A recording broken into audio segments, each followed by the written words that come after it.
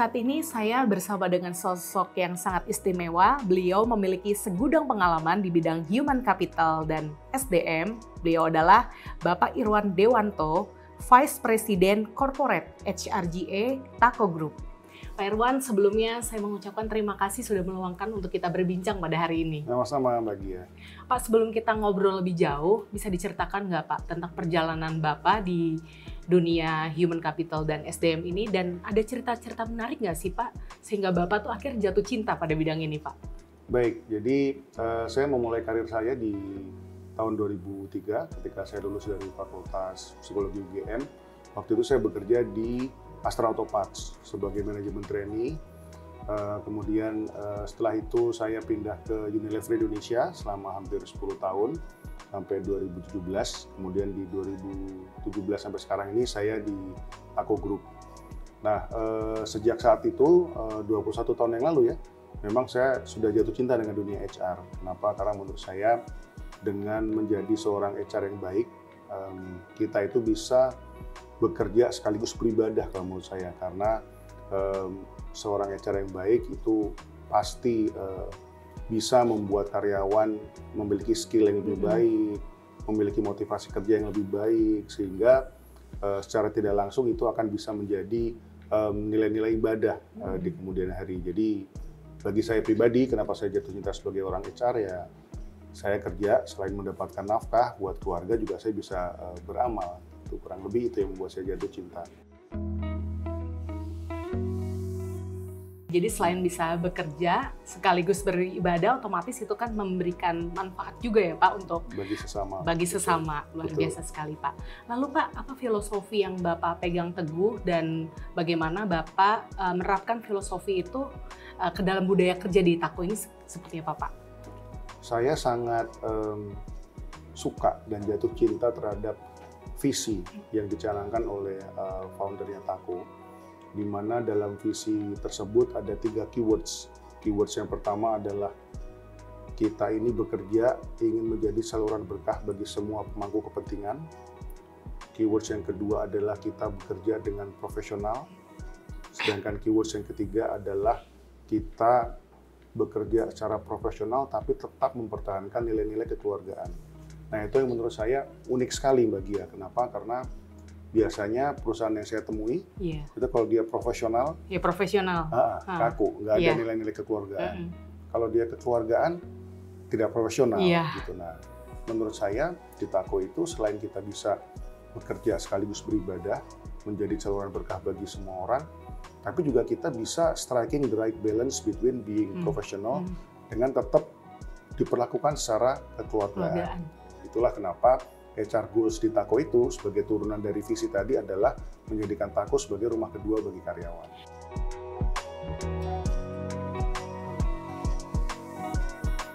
Tapi ada tantangannya nggak sih Pak? Karena kan tidak mudah ya Pak mengcombine antara kekeluargaan dan profesional, itu ada tantangan tersendiri nggak Pak? Tentu. Tantangannya adalah bagaimana kita tidak terjebak di sebuah praktek-praktek yang sama sekali tidak ada sistem yang mengatur, sehingga terlalu kekeluargaan. Nah, sehingga kita tetap harus memiliki sistem human capital atau human resource yang robust, yang baku, sehingga ketika sistem tersebut dijalankan, itu akan bisa membuat kita secara otomatis bekerja secara profesional. Tapi ketika ada kasus-kasus di mana sistem tersebut tidak mengakomodir, ada pertimbangan-pertimbangan kekeluargaan di situ. Sehingga tetap yang namanya unsur kekeluargaan dan profesionalisme itu bisa berjalan secara berdampingan. Jadi ada koridornya seperti itu. Dan itu itu juga ini ya Pak, termasuk yang mendorong kesuksesan kinerja dari Tako ya Pak? Betul, betul. Menurut saya seperti itu. Alhamdulillah secara bisnis, Tako di 5 tahun terakhir ini bisa tumbuh 3 kali lipat lebih besar secara top line. Secara bottom line, Tako mempertahankan percentage profitability yang sangat sehat sekali. Jadi kalau percentage-nya sama, sementara top line-nya bertambah, kan tentu secara value, bottom line juga makin besar yang profitability yang kita hasilkan.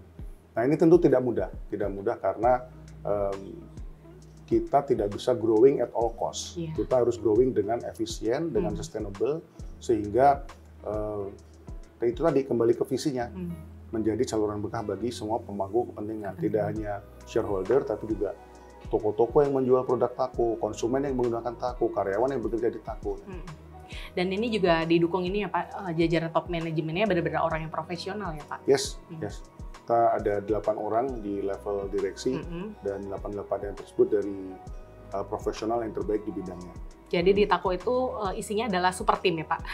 Super team. Tidak ada Superman tapi super team. Sekarang tuh eranya AI, Internet of Things, terus juga sekarang ada kerja jarak jauh gitu ya Pak. Nah itu dampaknya seperti apa sih Pak? Terutama terhadap human capital atau SDM di Tako itu seperti apa? Kita bahas satu persatu dulu ya mengenai masalah remote working.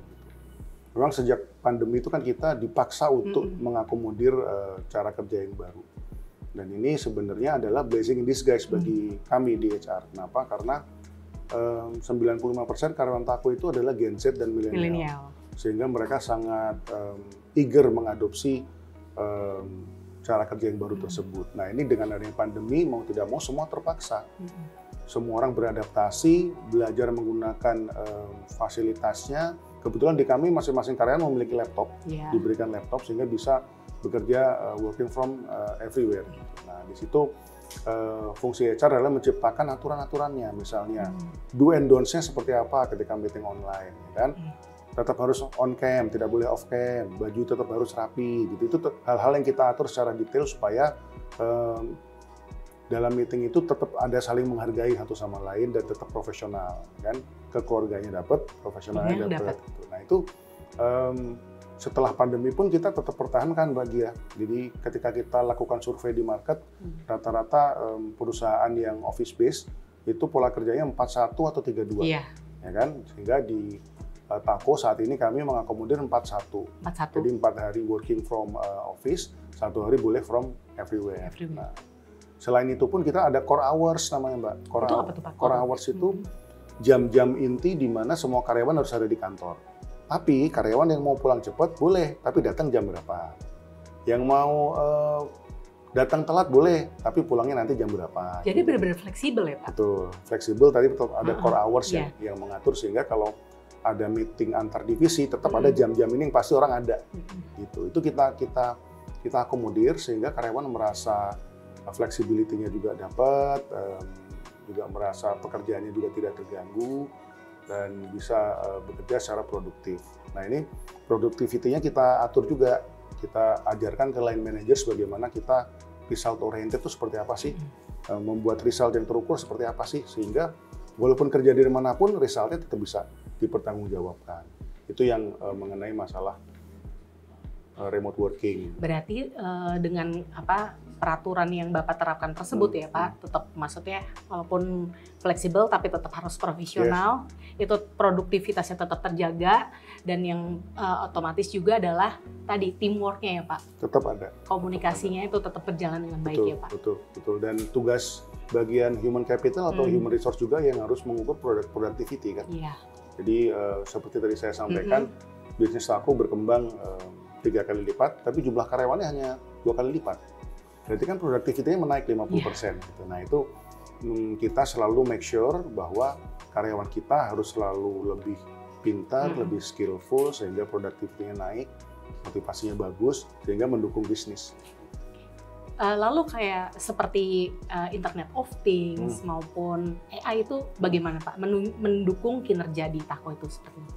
Ya, jadi salah satu penggunaan IoT atau Internet of Things di Tako itu adalah di mesin-mesin produksi kami. Ketika kami melakukan investasi, membeli mesin-mesin produksi, kita sudah langsung mengadopsi teknologi-teknologi canggih tersebut. Sehingga kalau dulu itu yang namanya breakdown maintenance, itu benar-benar dilakukan secara buta. Sekarang sudah tidak lagi. Engineer kami itu sudah memiliki apps atau mendapatkan informasi dari mesin gitu ya. Oh, ini pisaunya sudah mulai tumpul nih di potongan kesekian gitu. Maka dia akan mengirimkan pesan ke apps, dia akan bisa baca. Sebelum reject terjadi, pisau sudah diganti seperti itu. Jadi misalnya contoh simpelnya seperti itu. Tapi tentu banyak mesin-mesin lain ataupun teknologi lain seperti boiler di pabrik juga kita sudah menggunakan IoT dalam pengoperasian maupun maintenance-nya. Lalu AI misalnya. AI juga di HR kan sudah cukup banyak misalnya untuk rekrutmen gitu ya. Itu juga beberapa waktu lalu saya sempat datang di salah satu tech fest di region gitu ya di Southeast Asia gitu. Saya sempat banyak belajar mengenai AI gitu ya. Kita pelajari keunggulannya AI seperti apa sih gitu misalnya. Oh, ternyata AI itu bagus karena memang bisa 24/7. AI itu bagus karena customer service-nya bagus. AI itu bagus karena SLA-nya bisa comply dengan market misalnya. Ketika saya kembali ke kantor, saya diskusi lagi dengan tim rekrutmen saya gitu ya. Coba saya compare antara cost menggunakan AI dengan cost menggunakan tim rekrutmen, itu saya bandingkan. SLA yang diterima user sama nggak? Cost yang harus dibayar oleh shareholders lebih mahal mana? Selama tim rekrutmen saya masih bisa memberikan SLA yang kompetitif dengan harga yang lebih murah, maka tidak dengan customer service satisfaction yang sama, tidak alasan bagi saya untuk mengadopsi AI gitu. Jadi yet ya untuk saat ini gitu. Jadi memang AI itu menurut saya harus digunakan dengan apa ya, dengan bijaksana gitu ya, karena AI kan sebenarnya cuma tools, decision making tetap ada di kita.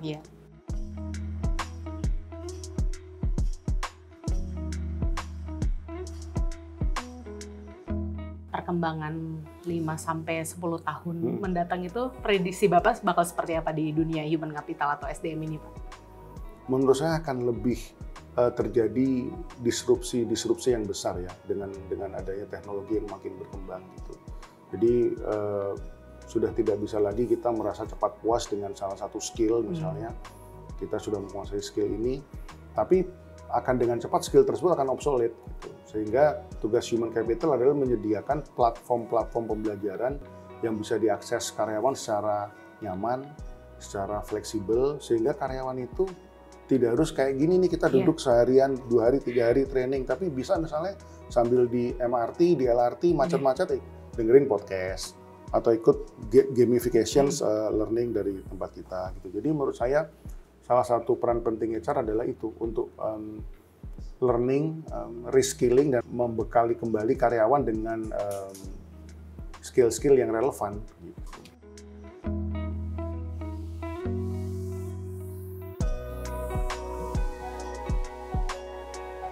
Program-program khusus sih Pak yang diterapkan di Tako, misalnya dari di divisi Human Capital dan SDM, itu ada nggak Pak? Ada program-program khusus untuk membuat karyawan tuh agar lebih berkembang, terus lebih produktif, itu ada?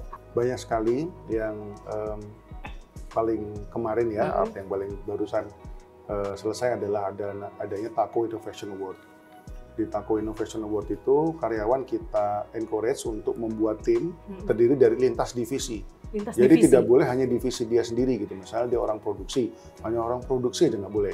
Minimal harus ada 2 divisi. Dia harus ada orang engineering, orang quality, sama orang R&D misalnya itu. Nah, di tim tersebut karyawan harus memberikan proposal inovasi.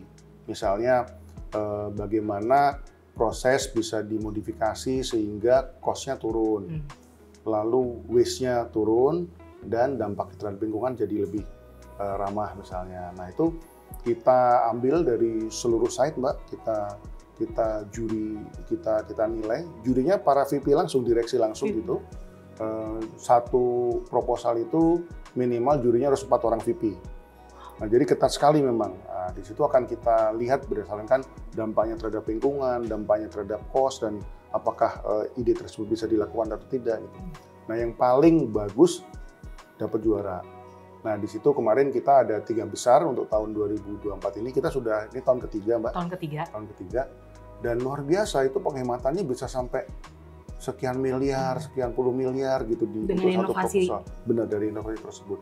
Dan kita berikan apresiasi ke karyawan, walaupun tujuan utamanya bukan financial reward, tapi kita adalah bagaimana karyawan tersebut merasa memiliki perusahaan. Nah, kalau Sense of belonging ya Pak ya? betul, itu di TACO values, itu values kita ada TACO. Jadi TACO itu values kita yang pertama adalah trust, yang kedua adalah accountability, yang ketiga adalah komitmen, dan yang terakhir adalah ownership. Nah, itu di ownership itu karyawan bisa ikut memiliki perusahaan sehingga bisa terus meneruskan ide-ide inovasi yang luar biasa. Makanya di TACO itu terus ada ya Pak produk-produk yang inovasi sehingga perusahaan juga bisa lebih efektif, efisien, dan tadi masuk lagi ke visinya TACO bisa memberikan keberkahan bagi semuanya. Betul, ya.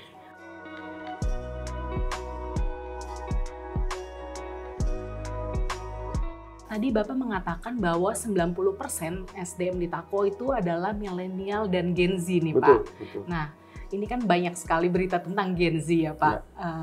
Banyak berita boleh dikatakan ada sedikit miring gitu kan.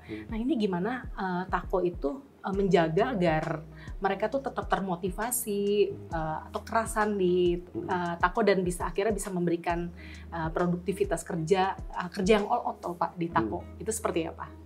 Ya, jadi yang pertama purpose.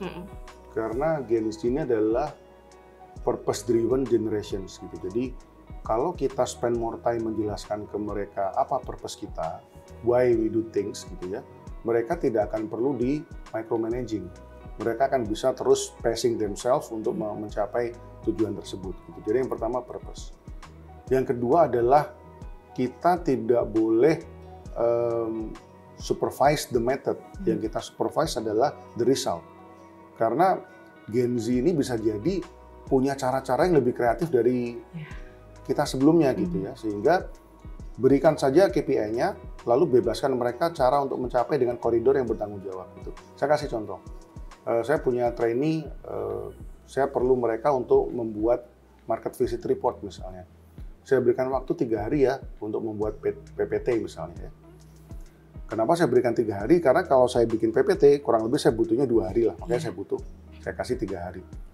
Tapi mereka bisa tuh, Pak, boleh nggak pakai PPT? Saya pakai Canva deh gitu.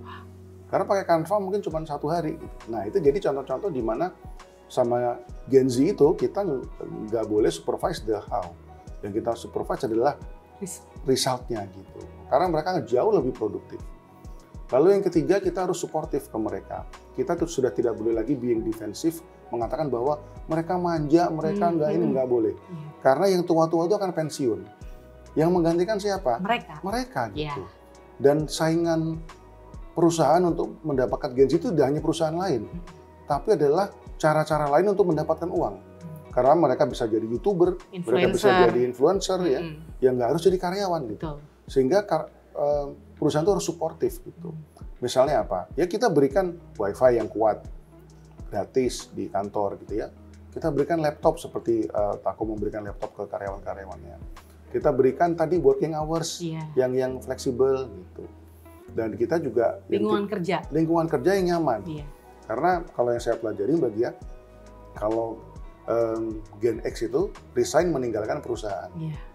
Kalau Gen Y resign meninggalkan bos. Gen Z resign meninggalkan teman-temannya. Lingkungan yang dia tinggalin. Jadi selama kita bisa provide lingkungan yang enak, nyaman, yang gaul, yang nggak FOMO gitu ya, itu mereka akan dengan nyaman bekerja di kita. Dan alhamdulillah datanya mendukung itu di TACO. Ketika attrition rate berada di kisaran 6-10%, attrition rate kami di 2-3%. Wah, luar biasa ya Pak. Jadi bagaimana cara nge-treat mereka ya Pak? Betul. Sebenarnya.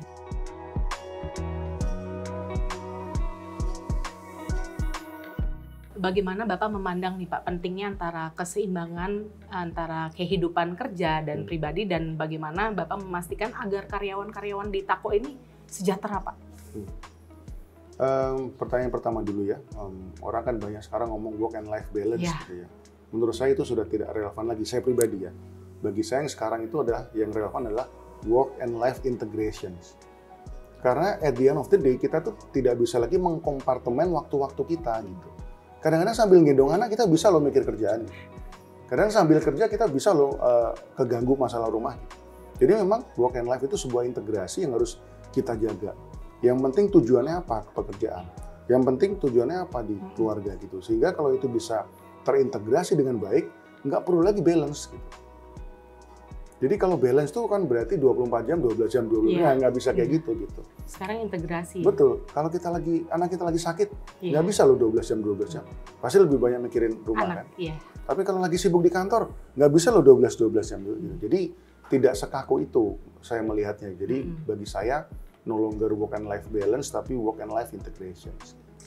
Lalu kalau untuk menjamin kesejahteraan karyawan di Tako itu seperti apa? Ya, jadi hal pertama yang saya lakukan adalah saya make sure bahwa sistem penggajian di Tako itu par dengan market. Par itu artinya di jenis pekerjaan yang sama, dengan tanggung jawab yang sama, dengan kualifikasi yang sama, itu antara Tako membayar dengan pasar tenaga kerja membayar, itu minimal sama. Gitu. Sehingga karyawan kami sudah tidak perlu lagi second guessing. Kamu gaji berapa ya? Kamu nggak perlu. Itu tugas saya cara untuk make sure market par. Gitu. Bahkan untuk level-level tertentu di mana persaingan talentnya lebih sengit gitu ya, kita bayar di atas market. Misalnya untuk manajemen training. Manajemen training kita di atas market. Di P75. Kalau par dengan market itu P50, kita tuh bayar manajemen training di P75. Karena kita tahu saingannya untuk cari talent-talent fresh graduate itu tadi tidak hanya dengan perusahaan lain, tapi juga dengan jenis pekerjaan lain. Nah itu yang pertama itu. Saya yakinkan kita menggaji sesuai dengan market. Yang kedua, saya meyakinkan karyawan bahwa karyawan yang bekerja lebih bagus, mencapai hasil yang lebih baik, itu mendapatkan remunerasi yang lebih bagus. Jadi ada sense of fairness di situ. Tidak antara yang malas dengan yang pintar sama saja. Iya. Itu akan mendemotivasi. Itu kenapa Tako memiliki performance management system yang sangat robust sekali gitu. PMS kita itu sudah bisa online diakses melalui Takonek namanya. Jadi semua IT system kita itu namanya Takonek. Takonek di situ dari sales, marketing, HR semua ada di situ. Termasuk performance management system, termasuk 360 degrees. Jadi bos saya bisa ngelihat Irwan ini teman-teman selevelnya ngomong apa tentang dia, yang level di bawahnya ngomong apa, gitu. 360 degrees bisa diakses lewat handphone, lewat laptop, on time, real time. Real time. Itu semua terkonek di Takonek itu. Itu Human Resource Information System kita juga menginduk ke situ.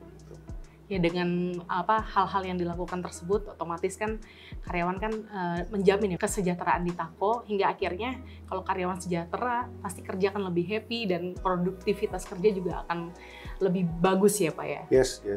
Paling tidak kita memastikan bahwa karyawan kita diperlakukan secara adil dalam rangka remunerasi gitu ya. Tapi kalau untuk masalah cukup tidak cukup, nah itu kan beda hal lagi gitu ya. Kita juga banyak memberikan bimbingan atau training ke karyawan kita mengenai financial management, bagaimana supaya mereka tidak terkena pinjol, judol gitu ya. Kita juga teman-teman yang mau pensiun kita persiapkan 5 tahun sebelumnya, kita ikutkan workshop beserta istrinya untuk jadi siap-siap. Setelah pensiun tahu mau ngapain. Betul, karena sejahtera itu kan end to end ya, tidak hanya masalah gaji saja. Luar biasa, berarti benar-benar dijamin ya Pak end to end di Tako ini ya Pak, nggak dilepas gitu aja walaupun setelah pensiun ya Pak udah dipersiapkan. Betul, sampai mudik aja gratis di Tako Mbak. Jangan dilihat mudik gratis itu pasti menghabiskan uang perusahaan, enggak juga. Karena di balik mudik gratis itu ada sebuah kepastian schedule produksi pabrik yang lebih pasti. Gitu.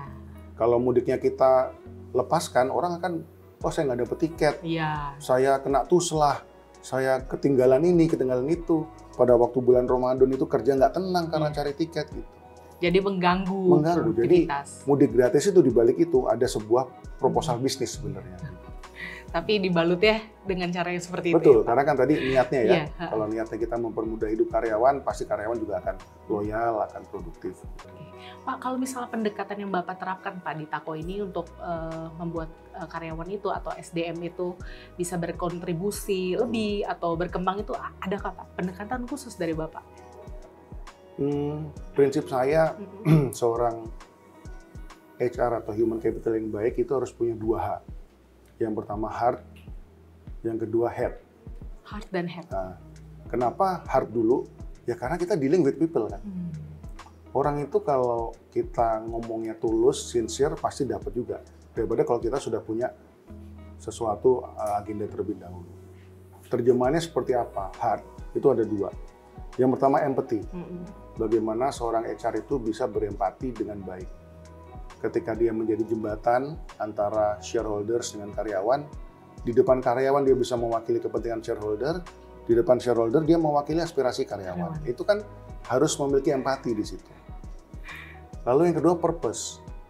Kalau seorang HR itu punya purpose yang baik, orang itu akan bisa ngelihat itu. Orang itu akan bisa terinspirasi dengan itu, sehingga bisa ikut, bisa nurut, bisa lembut hatinya gitu ya. Kalau kita tuh berhasil mengkonvey ke orang bahwa yuk niat kita bagus lo kerja di sini gitu, purpose gitu. Jadi heart itu elemennya ada di empathy, ada di purpose. Sedangkan head itu elemennya yang pertama adalah technical competence. Tentu orang HR yang baik harus memiliki kemampuan HR yang baik, ya kan, bisa merekrut orang, bisa mentraining orang, bisa mendesain sebuah sistem remunerasi, bisa melakukan sistem terminasi dengan adil gitu ya, bisa dealing dengan union dan semua hal-hal kompetensi spesifik yang lain. Jadi elemen head yang pertama adalah technical competence, elemen head yang kedua adalah business acumen. Orang HR tidak boleh detach dari bisnis. Orang HR harus ngerti bisnis. Orang HR harus paham bisnis proses yang ada di perusahaan masing-masing. Sehingga ketika dia berbicara dengan bagian lain, dia menggunakan bahasa yang sama. Seperti tadi contohnya yang masalah mudik tadi kan, itu kan di balik proposal mudik tadi ada sebuah efisiensi produksi di situ. Berarti dengan kalau misalnya ini bisa nih ilmunya dicuri ya Pak, boleh, atau boleh, diterapkan boleh. 2H itu. Jadi nggak ada kata lagi. Biasanya kan kalau HR itu kan musuhnya karyawan ya Pak. Betul. Jadi nggak ada kata-kata seperti itu ya Pak ya. HR akan menjadi musuh karyawan kalau elemen H-nya nggak ada, elemen heart-nya nggak ada. Tapi selama elemen heart-nya ada, elemen empatinya ada, masa ya kan dia juga karyawan gitu kan. Betul. Sesama karyawan masa saling membenci kan nggak bisa.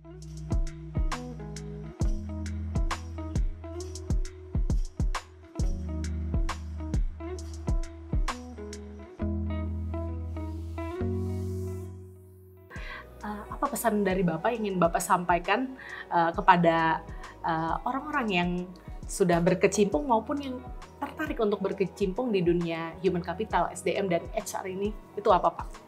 Oke. Pesan saya bagi teman-teman sesama HR practitioner gitu ya, atau teman-teman yang ingin berkecimpung di dunia HR, semangat. Kenapa harus semangat? Karena satu-satunya hal yang tidak bisa kita putar kembali di dunia ini kan adalah waktu ya. Nah, sementara sebagai orang HR, kita ini bisa bekerja di saat yang sama, di waktu yang sama, bisa beribadah juga.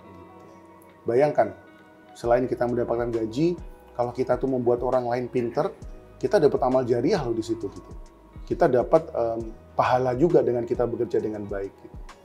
Kalau ada karyawan kerja males-malesan, kita bisa memberikan motivasi, kita juga dapat pahala juga di situ. Jadi alangkah indahnya hidup ini di saat yang bersamaan, kita itu selain mencari nafkah buat keluarga kita juga bisa beramal, beribadah untuk mempersiapkan kehidupan kita setelah kematian. Nah itu bagi saya, teman-teman HR, itu adalah kesempatan yang baik sekali bagi kita semua orang-orang HR, kita bisa bekerja sekaligus beribadah. Jadi tidak ada alasan bagi orang HR tidak semangat bekerja, karena kita memiliki pekerjaan yang sangat mulia sekali. Luar biasa. Pesan yang sangat berharga sekali ya Pak, yaitu bekerja sekaligus beribadah. Semoga obrolan kita hari ini bisa menginspirasi audiens dari Man Obsession. Terima kasih Pak, Terima kasih, semoga kita bertemu lagi ya Pak di lain waktu.